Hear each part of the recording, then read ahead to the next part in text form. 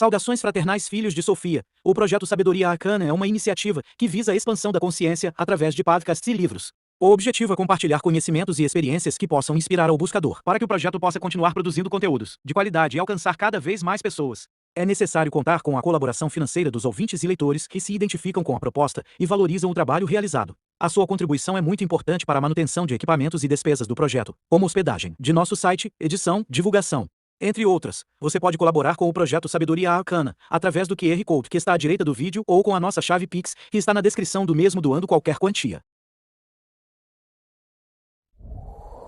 O selo Sabedoria Arcana tem a honra de apresentar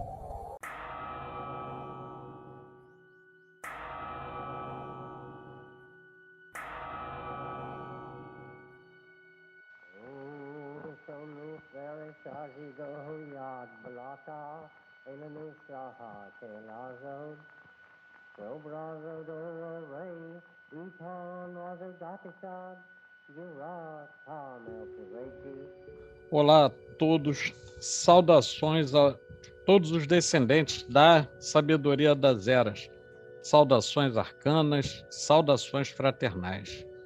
Eu sou Pablo Silva Machado, Bispo dos Santos, e, juntamente com Adílio Jorge Marques aqui presente, iremos hoje apresentar mais um episódio do podcast Sabedoria Arcana, tratando, nessa data, sobre os antigos manifestos Rosa Cruzes. Então, tema muito interessante e tema que suscita muita polêmica, até pela diversidade, variedade e, por que não dizer, força de todos aqueles conhecimentos das fraternidades Rosa Cruzes, algo que a gente vai falar mais adiante. Então, Adílio, por favor, sua saudação ao público. Olá, meu querido irmão e amigo Pablo, aos ouvintes, todas as ouvintes. É um prazer estar aqui de novo com vocês, né? Mais uma vez batendo um papo sobre um tema que atinge não apenas o rosacrucianismo, mas a própria história de várias tradições que, de uma certa maneira, se interrelacionam com os antigos manifestos Rosa Cruz, nos quais a gente vai centrar, né? Aqueles de 1614, 15 e 16. E aproveito aqui esse início para mandar um abraço, né, para todos aqueles que estão sempre acompanhando a gente, né? Tem a Laura lá de Manaus, a Rada de Petrópolis, a Fernanda Luiz, do Rio de Janeiro, e todos os nossos queridos e eternos ouvintes. Saudações arcanas. Saudações arcanas. Bom, conforme a gente tem feito, acho que seria muito interessante, Adílio, a gente começar a falar um pouco sobre o contexto histórico desses manifestos e, de certo modo, o contexto histórico da Ordem Rosa Cruz. Até porque, ao longo do tempo, com a difusão dos conhecimentos esotéricos que vem acontecendo em conjunto com a difusão dos meios de comunicação, muita gente tem dúvidas, né? Muita gente tem dúvidas para posicionar o que veio primeiro, quem veio primeiro, etc. Então, eu queria que você falasse um pouquinho sobre esse contexto histórico dos manifestos e a gente pudesse ir começando a conversar aqui a respeito. Perfeito, vamos fazer um bate-papo. Sim. Essa questão assim da época histórica dos manifestos, como eu falei, né, o primeiro, o Fama Fraternitatis, que é de 1614, a gente está falando aí do início desse século XVII, já depois da Reforma Protestante, onde o cenário é a Alemanha, o local onde a gente chama de Alemanha hoje, né, e depois, em 1623, em Paris também, quando a sociedade, ou a Fraternidade Rosa Cruz, é anunciada.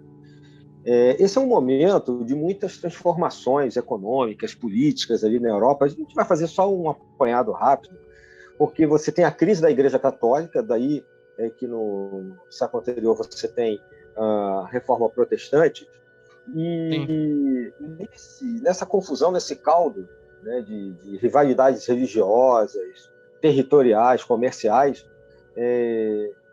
que a gente entende, quando a gente trabalha com ciência das religiões, quando a gente vai estudar essa questão dos movimentos, que não são só os movimentos religiosos, mas movimentos das ordens, movimentos chamados ocultistas, como os Rosacruzes, a gente vê que vários pequenos grupos estão já se formando no século anterior e atuando aí de maneira subliminar, né, sub-rosa, e usando vários símbolos de maneira a tratar de forma mais liberal assuntos que muitas das vezes eram sufocados tanto pelo lado católico quanto pelo lado protestante, ou mesmo seja luterano, calvinista, etc. Tem a Guerra dos 30 Anos, que acontece ali em 1618 e vai durar até 1648, que também, de uma certa maneira, causa um espalhamento, uma turbulência ali entre aqueles países no centro da Europa, e atinge particularmente a Alemanha, que entre 1614 e 16 tem a publicação desses 3 manifestos, sobre os quais a gente vai falar um pouco hoje, dar uma noção geral. Nós não vamos esgotar o assunto, como a gente sempre fala, mas nós vamos apresentar de uma maneira um pouco mais detalhada do que fizemos no outro podcast sobre o rosacrucianismo alguns anos atrás, aqui no Sabedoria Arcana. Então, é um momento assim de muita turbulência intelectual. A imprensa já tinha surgido. Você tem vários movimentos, como eu disse, que não são necessariamente dessas religiões, né? Há uma crise dentro da Igreja Católica, o que também permite isso. É um cenário que, por causa do Renascimento, e depois vai dar origem ao Iluminismo, no século seguinte, século XVIII, onde você tem reinados que têm intelectuais, tiveram a participação de artistas importantes ali em Florença, e região de hoje é a Itália, a própria Alemanha. Então, isso tudo vai fazer com que surja um movimento que já havia sido mencionado, citado antes, em séculos passados, pelo menos no final da Idade Média, que é de um símbolo onde se associa a rosa e a cruz. A Rosa Cruz. Sim. Que é o cerne dessa fraternidade que está nesses movimentos, aliás, nesses manifestos que vem divulgar ao público esse movimento chamado de uma fraternidade Rosa Cruz, que tem uma nova visão de mundo, que pretende libertar o mundo e etc. São documentos bem interessantes e que refletem esse momento intelectual, político do século XVII, final do século XVI e ali o iniciozinho do século XVII. O próprio Francis Bacon, que todo mundo associa, e há realmente vários indícios e documentos que o relacionam ao movimento Rosa Cruz, o Francis Bacon ele é um dos que popularizam, né, esse movimento, inclusive quando ele vai escrever o Novo Organo, e vai se contrapor àqueles pensadores clássicos, as chamadas autoridades colocadas pela religião, né? Aristóteles, Galeno, Porfírio, né? O próprio Francis Bacon, de uma certa maneira, quando ele vai falar lá dos seus ídolos, né? Das noções falsas que os homens podem ter perante a vida e perante a natureza, quando ele vai tratar lá dos 4 ídolos, ele, de uma certa maneira, provavelmente como membro Rosa Cruz, e tudo indica que o era, então, muitas pessoas, inclusive, o associam a verdadeira identidade de Shakespeare, inclusive. Você já deve ter ouvido falar nisso, né? De todos os escritos de Shakespeare. Então, ele já coloca nos seus escritos, no Novo Organo, essa nova forma de visão de mundo que, de uma certa maneira, vai se refletir nesses 3 manifestos que a gente mencionou. Sim. Uma coisa importante, me parece, e aí acho que é bacana a gente pontuar, é que nós temos, de um lado, um Francis Bacon, que tem um projeto não só ambicioso, mas muito bem estruturado de reestruturação e eu diria até, de certo modo, de reativação de alguns aspectos da filosofia que haviam se convertido em liturgia, na medida em que a Igreja Católica absorve muito do aristotelismo e que vira tomismo, né, com São Tomás de Aquino, etc. Da mesma maneira que nós vamos ter muitos na Igreja Católica que vão beber lá no neoplatonismo, né, como você mesmo mencionou.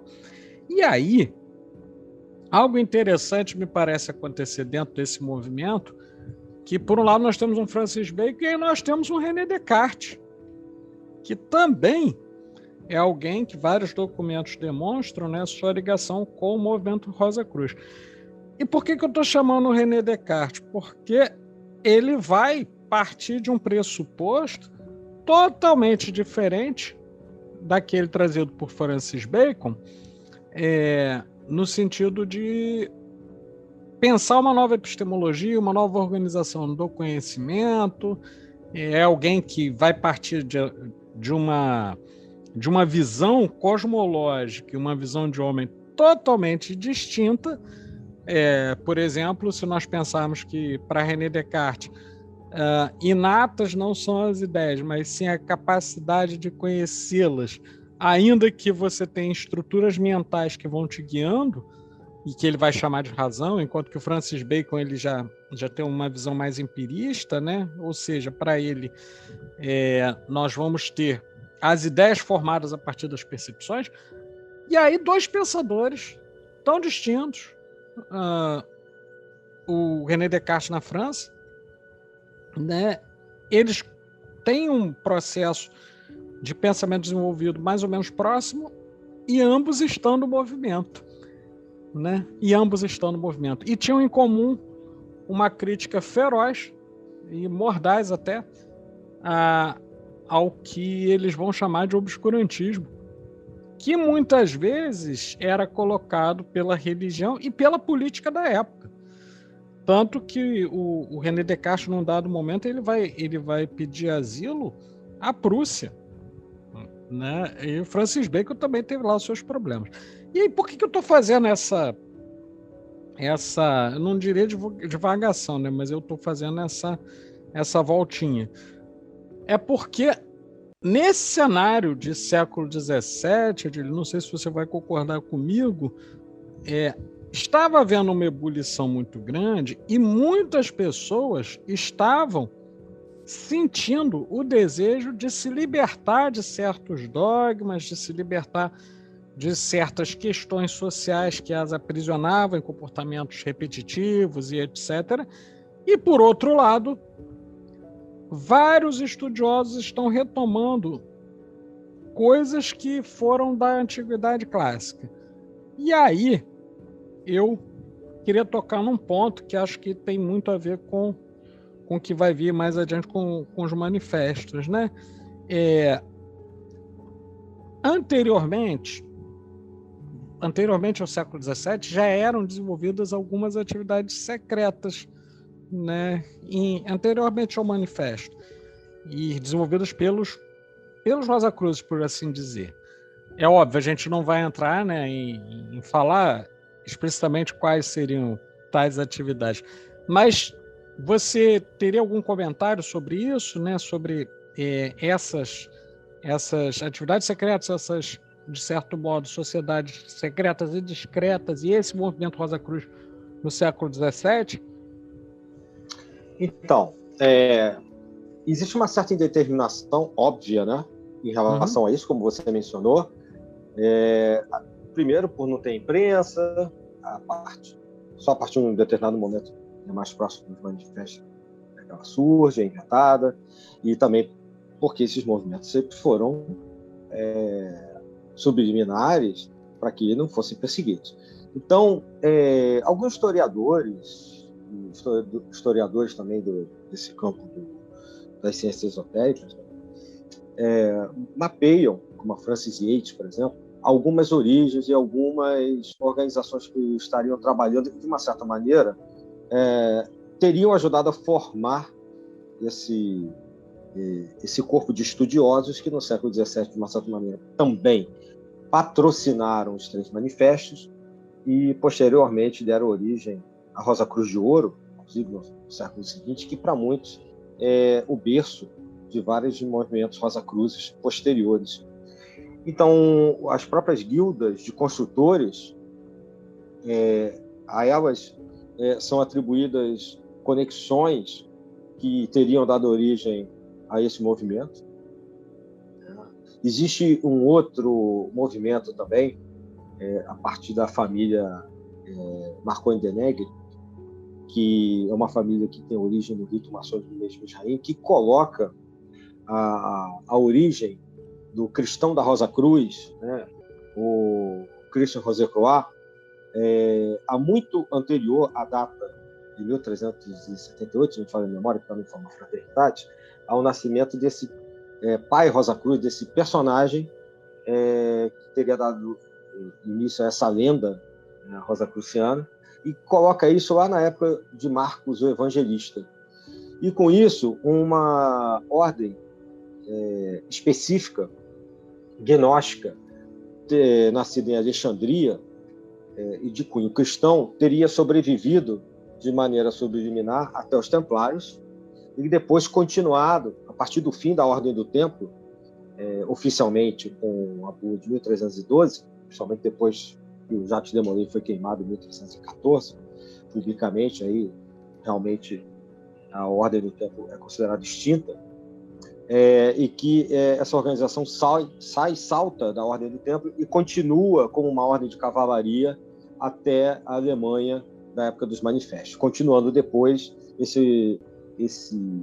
essa organização de maneira subliminar, influenciando e passando uma iniciação que segue até o século XVIII, dando na Rosa Cruz de Ouro e em outros movimentos maçônicos em Rosa Cruz, mas como se fosse uma ordem de cavalaria, de cunho gnóstico, ou seja, uma certa influência templária e uma influência cristã esotérica hermetista, né, neoplatônica, como você colocou, que teria atravessado séculos, o primeiro milênio até vários séculos do milênio seguinte, chegando ao século XVIII. E no século XVIII a gente tem uma consolidação de vários movimentos. Você tem uma explosão de vários ritos maçônicos, várias organizações, que são a base daquilo que no século XIX a gente vai ter ali como o martinismo, o próprio Papus vai elaborar como a ordem martinista original, ali no final do século XIX, e os movimentos Rosa Cruzes, que também nascem por ali.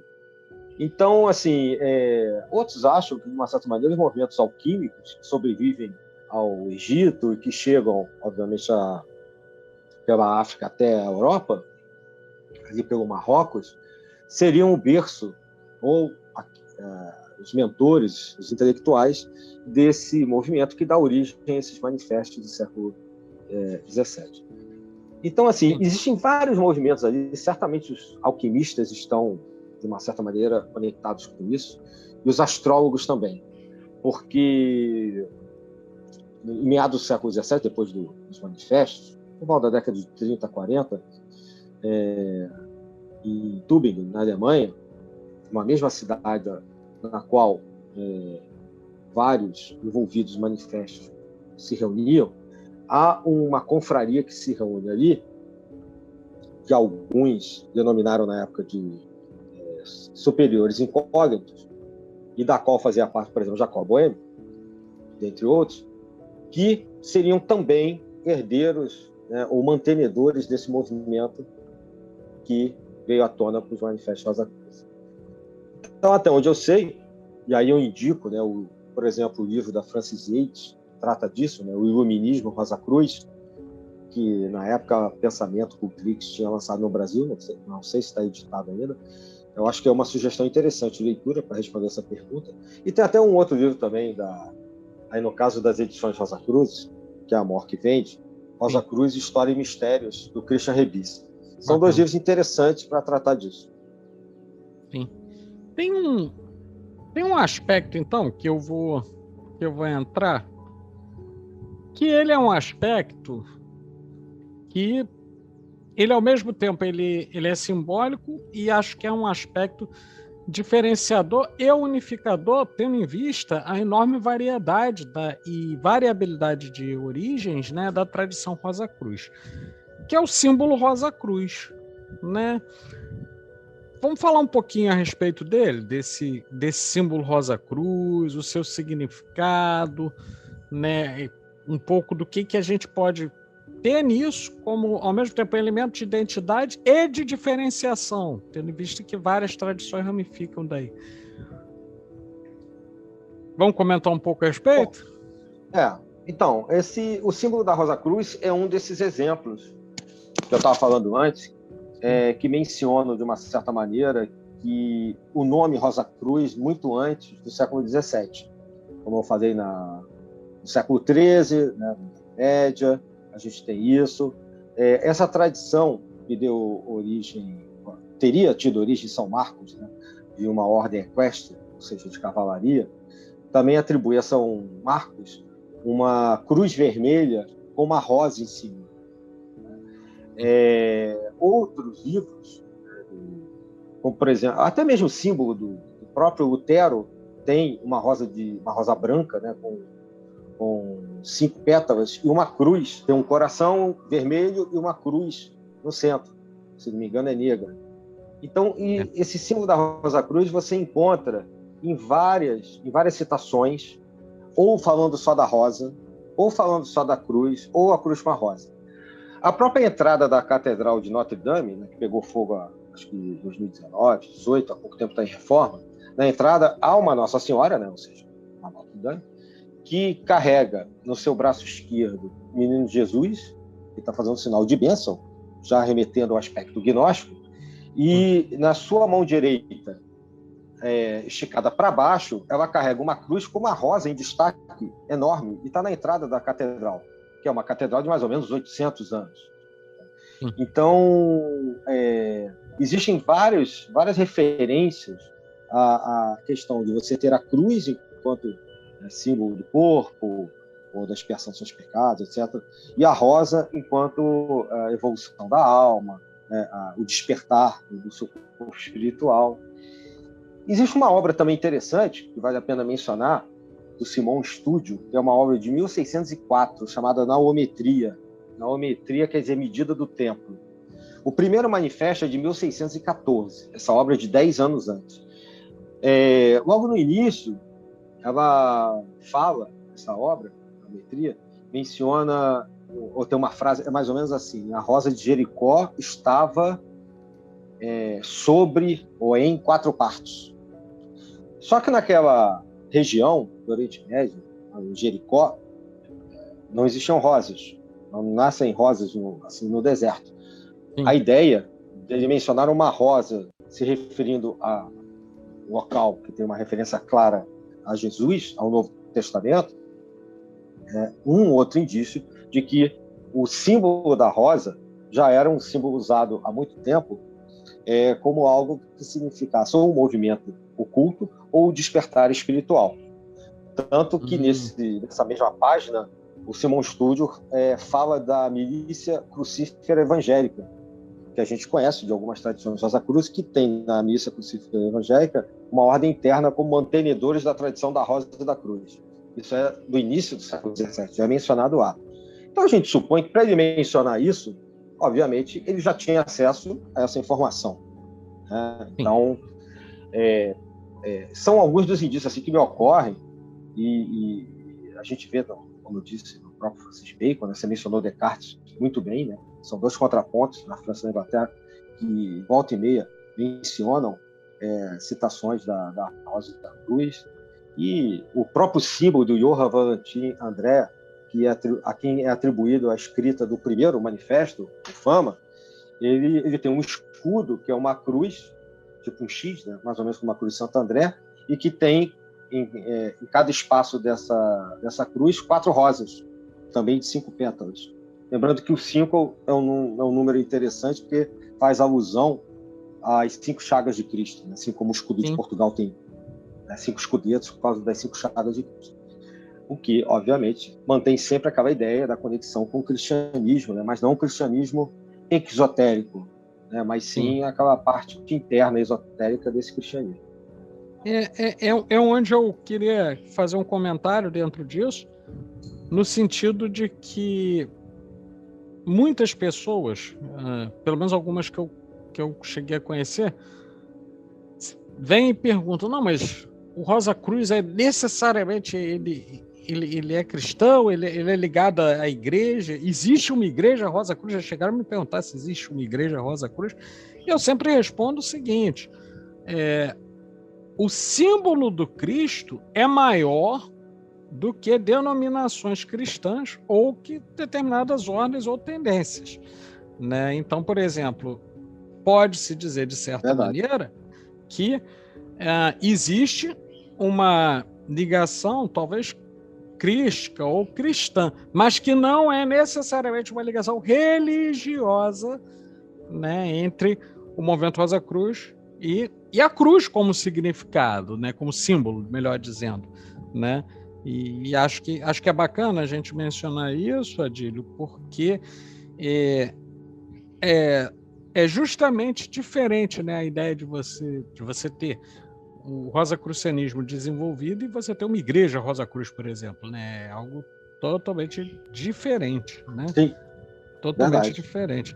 E aí, dentro desse sentido, a gente pode perceber, Adílio, que ao longo do tempo, muitas fraternidades reivindicaram e reivindicam ainda a sua vinculação com a Rosa Cruz, né? Muitas reivindicam. E aí, seria possível a gente falar em ciclos de atividade, repouso, como se fossem reencarnações da Rosa Cruz? Seria possível a gente falar sobre isso? A tradição fala disso, né? A tradição menciona que a cada 108 anos, o movimento Rosa Cruz, ele se abre e depois se recolhe por mais 108 anos num fluxo, como uma onda, né? Entrando de acordo com a natureza, para se manifestar no mundo, e que ela sempre se manifestaria quando o mundo mais precisasse, de acordo com esses ciclos. Diz-se, né, o que é dito pela tradição, porque aqui a gente está discutindo dois aspectos, né? Dois aspectos segundo um ponto de vista: a tradição oral e também a tradição documental, na qual a gente se baseia na maior parte do tempo aqui. Pela tradição oral, é dito que a Rosa Cruz vive esses ciclos, né? E parece que assim, pelo menos dessa forma que ela é retratada nos manifestos, assim ela vinha, estava renascendo, sendo anunciado novamente ao público, quando o Fama Fraternitatis vem à tona em 1614. Né? Porque, na verdade, é justamente isso que o primeiro manifesto quer dizer: o anúncio da fraternidade dos Rosa Cruz. Isso é o Fama Fraternitatis. Então, esse ciclo que hoje em dia é dito que não se obedece mais pelo fato de que não há necessidade de se esconder mais e sim de se manter sempre na ativa, é um ciclo que manteria, digamos assim, a ordem escondida por um tempo, que explicaria o fato dela não aparecer em alguns momentos da história, a não ser quando citada em alguns romances, né, como no caso de Shakespeare também, aparece de vez em quando uma citação à Rosa, à Cruz, etc. Então seria o motivo, inclusive, do Fama Fraternitatis estar vindo à tona em 1614. Sim. Inclusive, né, dentro disso, acho que é importante a gente fazer uma lembrança que, justamente, né, no século XVII, a imprensa permitiu não só que pudessem ser registrados, mas melhor sistematizados esses conjuntos de conhecimento, né? E até mesmo para gerações posteriores, né, o acesso a essa tradição Rosa Cruz fica facilitado, por um lado, né? Nós temos, então, claro, por um lado, um sistema, especialmente na Europa, né, de crenças ainda muito retrógrado, uma sociedade política ainda muito retrógrada, que vai combater essa divulgação do material impresso Rosa Cruz, né, se utilizando da imprensa. Mas, por outro lado, graças ao desenvolvimento da imprensa, foi possível manter e até sistematizar esses conhecimentos, de modo que, ao longo do tempo, até mesmo o sistema que veio a ser utilizado mais adiante por várias tradições Rosa Cruzes, de você ter momentos que alternam estudo em casa e estudo nas práticas do templo, foi possível graças ao desenvolvimento da imprensa, né?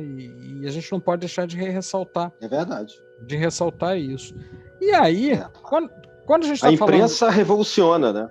Revoluciona A imprensa totalmente. revoluciona tudo, até porque facilita aquilo que influencia na Alemanha, o nascimento da Rosa Cruz, né, que é a Reforma Protestante, quando você pode imprimir a Bíblia de maneira muito mais rápida e, inclusive, na língua do país, que é uma das questões da Reforma, né? A Bíblia em alemão e não em latim. E com isso você tira, né, descentraliza o poder da Igreja, que é uma das questões da Reforma. Isso vai, de uma certa maneira, de encontro ao que os manifestos estão propondo, né? Sim. Que é descentralizar. Dentre tantas coisas, esse é um dos efeitos, né, que a gente pode falar até. Isso. Inclusive, né, a imprensa ela vai possibilitar uma difusão muito maior desses manifestos, né? E aí, falando um pouquinho mais diretamente desses manifestos, né? Acho que a gente pode falar um pouco, né, da influência deles no ambiente ocultista, né? Acho que vale a pena fazer um comentário nesse sentido, porque eles estão trazendo uma linha de pensamento que às vezes se aproxima do hermetismo, às vezes ela difere do hermetismo, às vezes ela se aproxima mais do cristianismo, às vezes ela difere. E aí, queria que você comentasse um pouco o impacto desses manifestos no ambiente ocultista lá do século XVII e chegando até, se possível, né, nos dias de hoje, se a gente puder falar assim, né? Que ainda estão acontecendo, me parece, né, o impacto. Sim, sem dúvida. Sem dúvida. O impacto é muito grande, e por isso a gente está gravando um podcast a respeito, não só porque a partir desses manifestos, da anunciação pública da Fraternidade Rosa Cruz na Alemanha, em 1623 na França, né, vamos dizer assim, duas regiões de grande importância na configuração política, comercial, religiosa da Europa naquele momento. A Península Ibérica desse momento tinha perdido muito da sua influência das grandes navegações. Então, não à toa, ali tem a publicação dos manifestos e o anúncio. A gente está falando das cidades de Cassel, Tübingen, Paris, no caso. Sim. Então, todos os movimentos Rosa Cruzes conhecidos de 1614 para cá sofrem a influência do que está nos manifestos. A contestação, a proposta de uma independência, a crítica ferrenha ao papado, né, a proposta de se investigar a natureza. Isso vai ser importante, porque a partir dessas ideias é que a Royal Society, em 1666, é fundada, ou seja, vários Rosa Cruz participam da fundação da Royal Society, provavelmente a primeira grande sociedade científica que a gente tem. Sim. E isso vai ser, obviamente, de impacto fundamental, porque vai ter ali a influência de Isaac Newton, Robert Hooke e vários outros, porque isso vai transbordar do mundo oculto para o mundo da ciência. Então, essa preocupação, né, que a gente tem desse movimento Rosa Cruz de fazer uma interação entre o homem e a physis, né, o nome que se dá, a gente usa física hoje, mas não no sentido a gente estuda na escola, ou seja, a natureza, que é a origem do nome em grego de physis, né? Então, essa preocupação que os manifestos têm de entender os céus, ou seja, a astronomia, e entender a Terra, né? Colocar a Terra não mais como o centro do universo, mas uma influência humanista aí, colocar o homem como o centro do universo. Tira a Igreja. Com isso, né, como a Igreja tinha se apoderado desse tipo de pensamento, você tira a Terra do centro do universo, usa a concepção copernicana de se colocar o Sol, mas não o Sol de um Cristo morto, mas sim um signo solar de um Cristo vivo, como a rosa também é. Não tem um Cristo crucificado, mas o Sol de um símbolo vivo. E com isso, ao fazer essa descentralização, você faz uma descentralização política. Então isso vai influenciar que vários movimentos surjam porque se sentem acolhidos por esses vários grupos que vão aparecendo. Então, astrólogos, alquimistas tardios, e depois a alquimia acaba perdendo cada vez mais força, principalmente com o advento da química, do Lavoisier, principalmente. Né? Mas a gente está falando de século XVII, principalmente primeira metade do século XVII. O próprio Saint-Martin, no movimento que a gente chama de martinista, no século seguinte, bem depois, ele só vai morrer em 1803, já no século XIX, ele bebe dessa fonte. Porque várias ordens vão, como eu falei antes, você bem pontuou, vão beber e formar seus movimentos Rosa Cruz, como a Rosa Cruz de Ouro do século XIX, ritos maçônicos, inclusive, mais tardiamente, se estabelecer a criação do que a gente chama hoje do Cavaleiro Rosa Cruz no grau 18, da maçonaria em geral, que tem vários ritos diferentes, e, como eu disse, o próprio martinismo. Então, vários movimentos importantes, são vários movimentos Rosa Cruz no meio, né, ordens de cavalaria, neotemplárias ou de outros tipos, se baseiam nesses movimentos, que são movimentos que, com o iluminismo no século XVIII, rompem com essa tradição, né, teocrática, das autoridades, né, da antiguidade, estabelecidas pelo tomismo, por exemplo, ou por Santo Agostinho, ou pelos pais da igreja, né, pela patrística. Então, é um movimento realmente importante. Tanto é que quem trabalha com ciência das religiões normalmente estuda, né, o que sobreviveu, as cópias que sobreviveram dos manifestos Rosa Cruz são guardados, muito bem guardados, e valem milhares, bilhões de dólares. Na Europa existem poucas cópias, porque são documentos factuais de uma mudança, né, de uma guinada de pensamento da humanidade a partir ali da Europa, no caso. Sem dúvida. E inclusive, dentro disso, acho que é muito, muito bacana a gente comentar que essa mudança de mentalidade, ela vai se alastrando para muitos setores da sociedade, a ponto de nós chegarmos mais adiante a incorporar ao que se torna cotidiano o que anteriormente era ciência esotérica, né? Por exemplo, o desenvolvimento da matemática no século XVII, se baseando também, mas não somente, por exemplo, na geometria pitagórica e etc., que antes era ciência esotérica, há alguns séculos atrás. Ela vai possibilitar o alavancar de muitas, muitas realizações, né, que nós não podemos deixar de estabelecer relação com os manifestos, né? Então, por exemplo, como você bem falou, ok, a alquimia estava envolvida, sim, mas a partir daí a química do Lavoisier, ela vai ter uma fonte, ela vai ter o que a gente vai chamar de origem homológica, né? Ou seja, uma origem embrionária ali, né? Não exatamente no que estava escrito, ou para falar igual os aristotélicos, né? Não exatamente na matéria, mas quanto à sua forma, quanto à sua estrutura. Exemplo, tanto Bacon quanto Descartes foram filósofos que eles tinham um ponto em comum, que era o de não aceitar qualquer coisa que não tivesse passado antes pelo crivo da construção da evidência. Para o Descartes, a lógica formal, né, e aquilo que ele vai chamar das regras para a direção do espírito, e para o Francis Bacon, a própria testagem, né, o rudimento daquilo que hoje a gente chama com muita naturalidade de método experimental. Então, vejamos que tudo isso está surgindo num movimento de renovação e revolução que realmente vai deixar o mundo da patrística, vai deixar o mundo da escolástica, o mundo do tempo circular, né, ditado pelos nobres e pela igreja, para trás, né? Vai deixar isso para trás. Era o que eu queria comentar. Sem dúvida.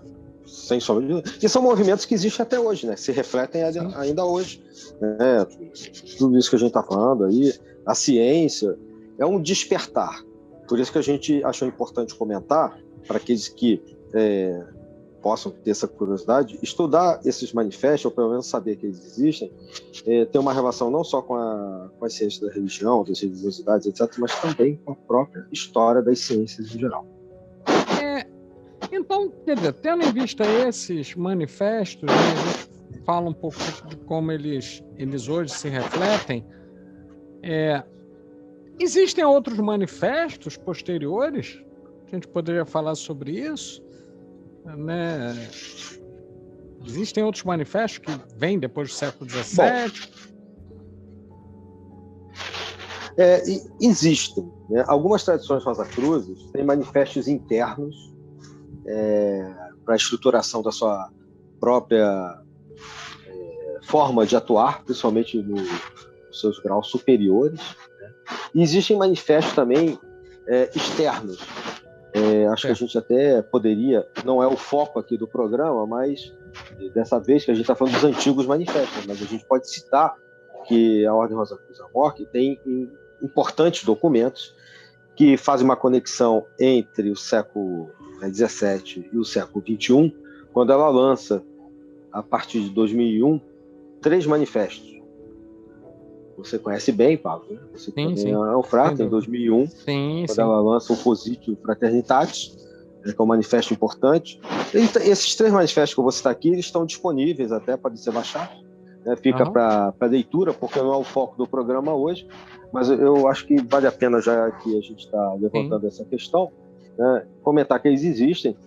A Ordem Rosacruz, como a maior Ordem Rosacruz do mundo, ela tem sua própria forma, né, de se colocar, e a partir dos manifestos tradicionais, que são fundantes para qualquer tradição Rosacruz moderna, ela coloca o Positio, né, em 2001, e em 2014, justamente nos 400 anos do primeiro manifesto, o Fama, ela lança o Apelácio, né, ou escreve Apelácio, né, quando justamente ela vai fazer um vínculo filosófico com 400 anos para trás, dos primeiros manifestos, que, obviamente, é importante que a gente fale, né, esses manifestos antigos estão tratando de uma reforma universal.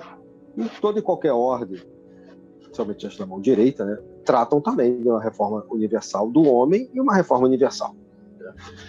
E depois há um terceiro manifesto público deles, que é de 2016, completando os 400 anos do terceiro manifesto do século XVII, né, que são as novas bodas alquímicas de Christian Rosecroix. É muito interessante, é um texto que trata de questões muito simbólicas, mas que, assim, eu deixo a cargo de cada ouvinte, se quiser, no site da Rosacruz Amorque, pode baixar os PDFs. São textos que eu acho que tem tudo a ver com o que a gente está discutindo aqui, apesar de serem modernos, né? Ou apesar de estar na pós-modernidade, como cada um queira aí chamar, né? E a gente está tratando hoje dos antigos.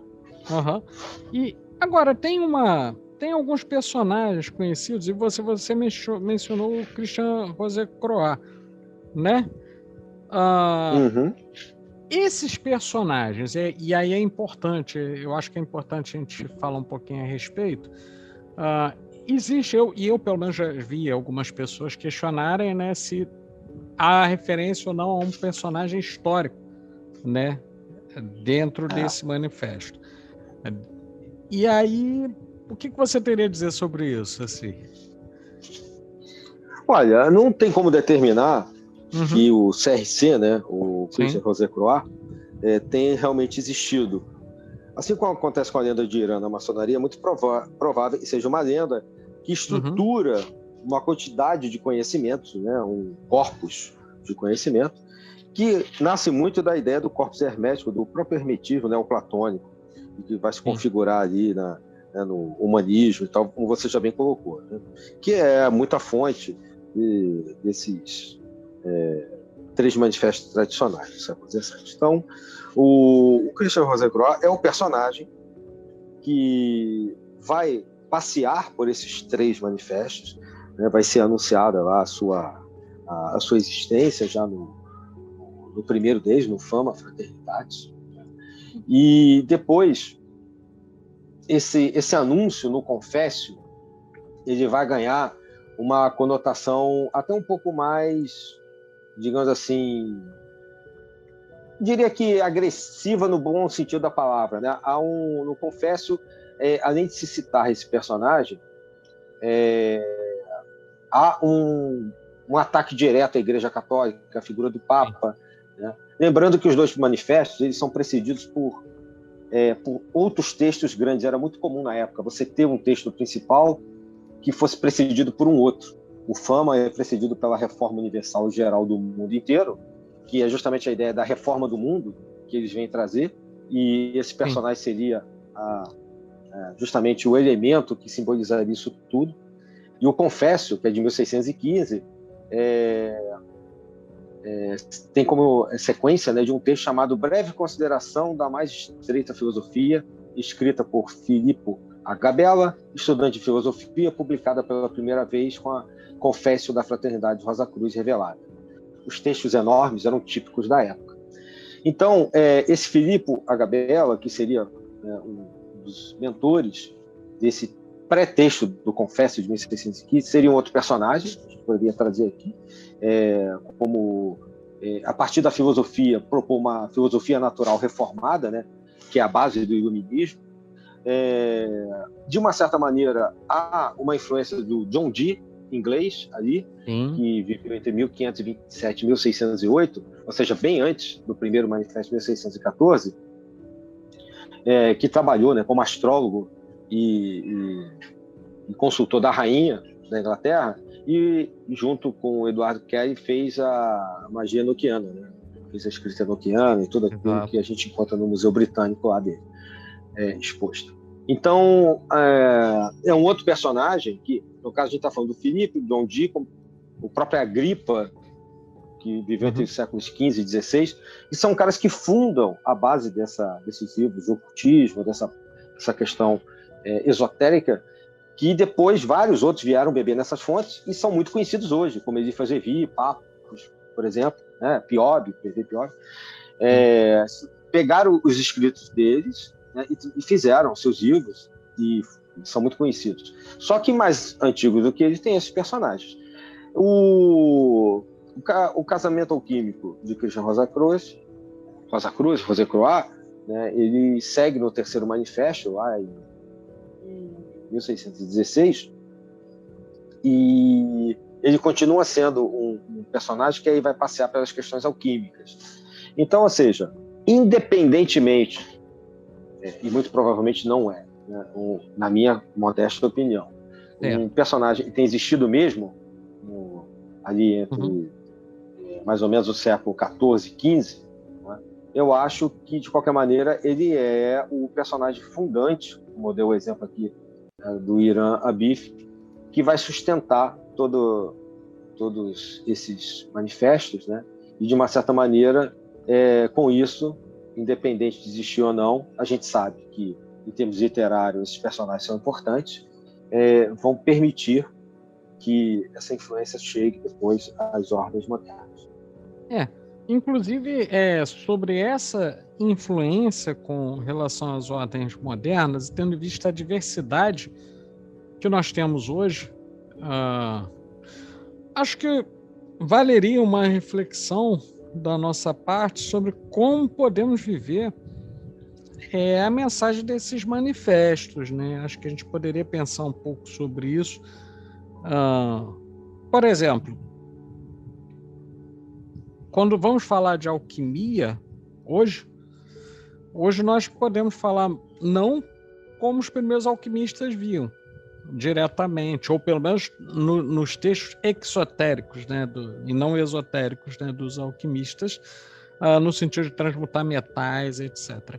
Muito dos manifestos me parece uma incitação direta a um processo de renovação e transmutação mental, espiritual e emocional, né, visando a atingir um outro padrão de espiritualidade muito diferente da sociedade de consumo, daquilo que eu vou chamar de liturgia do consumo, né? Por exemplo, né, na medida em que se estabelece, inclusive, uma relação, por vezes, ritualística e, por que não dizer, às vezes, até religiosa, com os bens de consumo, né, com as relações de consumo.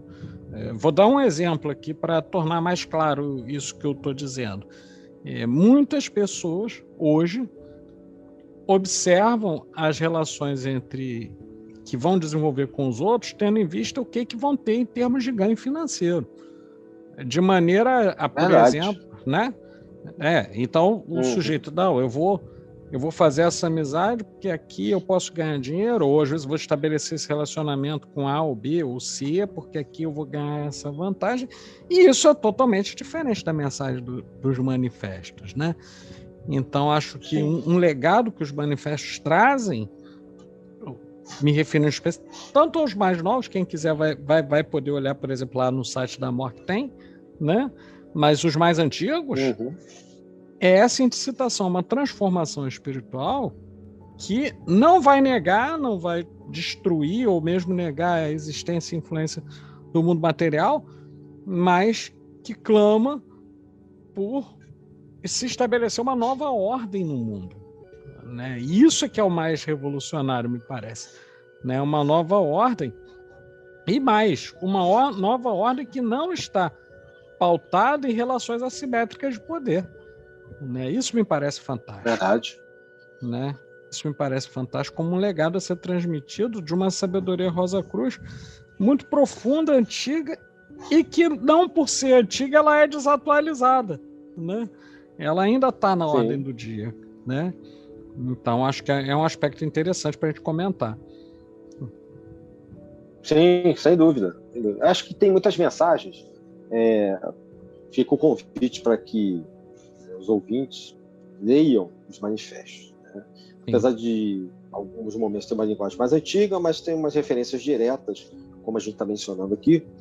E a proposta é clara, né, de uma reforma universal, como a gente já falou. Está claro, está escrito, é o texto que precede o Fama e tal. Essa reforma é falada em vários momentos.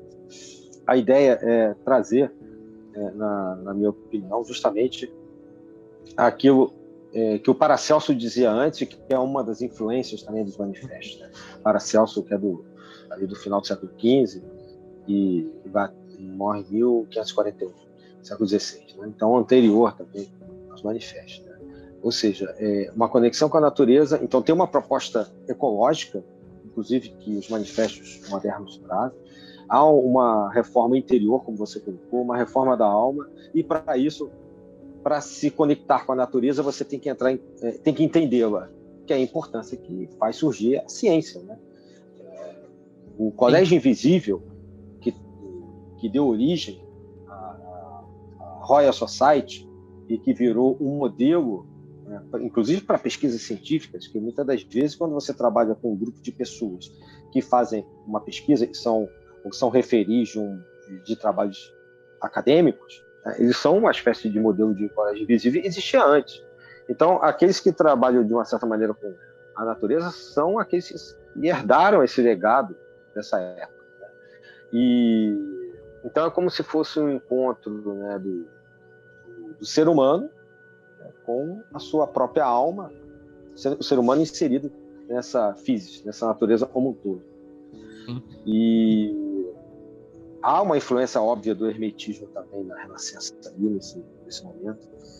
Então, eu acho que é isso. Eu acho que a mensagem básica ali é, na minha modesta opinião, se você inclusive for ler o Confessio, quando há uma crítica dura ao Papa, né?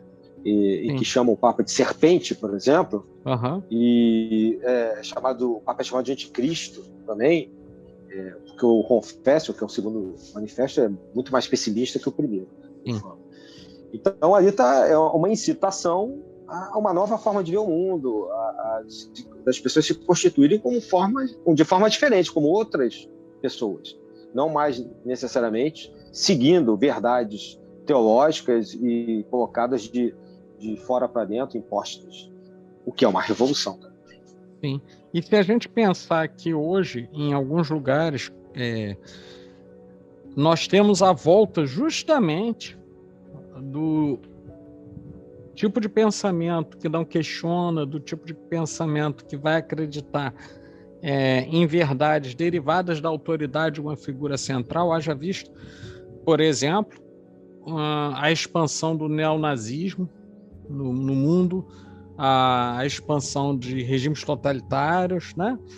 E outras coisas, né, que vamos observando. Acho que se a gente fosse detalhar, passaremos alguns dias aqui falando a respeito.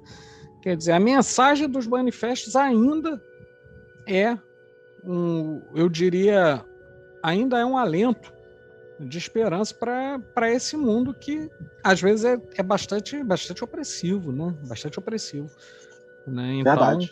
acho que fica esse convite, né? Um conhecimento maior, quem desejar se aprofundar no conhecimento dos manifestos e na maneira como eles impactaram a sociedade desde o seu surgimento até os dias de hoje, né? Sim, eu acho que sim, verdade. nós podíamos passar para as nossas considerações finais a respeito, se você concordar, né, para que a gente possa, claro, se fosse depender da vantagem, nós ficaríamos aqui alguns dias ainda falando, mas né, até pelo formato do programa a gente tem algumas limitações, né? Então, vamos passar para nossas considerações finais. Vou começar contigo, tudo bem? Tranquilo. Então é isso. Eu acho que, na verdade, a gente cumpre aqui uma proposta de chamar a atenção para esses 3 documentos que dão origem a documentos modernos e que são a fonte, ali no século XVII, no início desse século, não só do movimento Rosa Cruz, mas de um amplo movimento científico, esotérico, que vai influenciar muitas formas de pensar, né? Bebe de várias fontes, como a gente falou, né? O neoplatonismo, os cabalistas, os hermetistas, os Paracelso, os alquimistas, né? Reúne na época ali, no século XVII, pessoas importantes, como a gente falou, né? Do Johann Valentin Andrea, né? Do Jacob Boehme, mas a gente tem o Tobias Hess ali, também um personagem importante, Johann Arndt, que é provavelmente a pessoa que passou ao Johann Valentin André a incumbência de provavelmente escrever os 2 primeiros manifestos, apesar de o André se afastar depois. Tem um neoplatonismo ali. Então, fica a sugestão de leitura e também daqueles livros que nós indicamos que, de uma certa maneira, comentam a gênese desses movimentos e que acaba sendo a gênese, inclusive, de outras ordens. Eu indicaria mais um, pelo menos, que é a trilogia dos Rosa Cruzes. Essa trilogia, porque trata, né, o livro, obviamente, vai tratar desses 3 manifestos, é também da editora Rosa Cruz, e ele tem um preâmbulo muito interessante, porque fala bastante da parte histórica, com citações, até de livros da Frances Yates, que a gente não tem em português. A Frances Yates é aquele que eu falei, né, que é uma especialista no Iluminismo Rosa Cruz. O próprio título Iluminismo Rosa Cruz mostra a importância, né, desse movimento propondo uma forma de iluminismo. E nisso, como a gente já explicou bem, a ciência bebe. E talvez um último livro também que eu poderia indicar, que tem para a editora Amadas aqui no Brasil, do Tobias Churton, que é um estudioso do movimento Rosa Cruz, é a história da Rosa Cruz, Os Invisíveis, por causa daquela questão, né, do colégio invisível, que são esses intelectuais que bebem essa fonte também desse movimento, desses documentos, e que depois vão dar origem a esse iluminismo, a visão da natureza, a essa nova ciência. São livros assim interessantes que eu acho que dão uma boa referência, né? Fora, a gente já tem, como eu disse também antes, um podcast sobre o movimento Rosa Cruz, sobre o rosacrucianismo, acho que ele é de 2019, se não me engano, esse podcast, uns 3 anos atrás. E com esse, agora que vai ao ar, né, em breve, a gente fecha um pouco esse conhecimento, né, como uma forma de bate-papo. Né? Como a gente falou, não vamos fechar o assunto. Não. Só sugerimos. Sim, então é isso, foi um prazer enorme e espero que as pessoas gostem.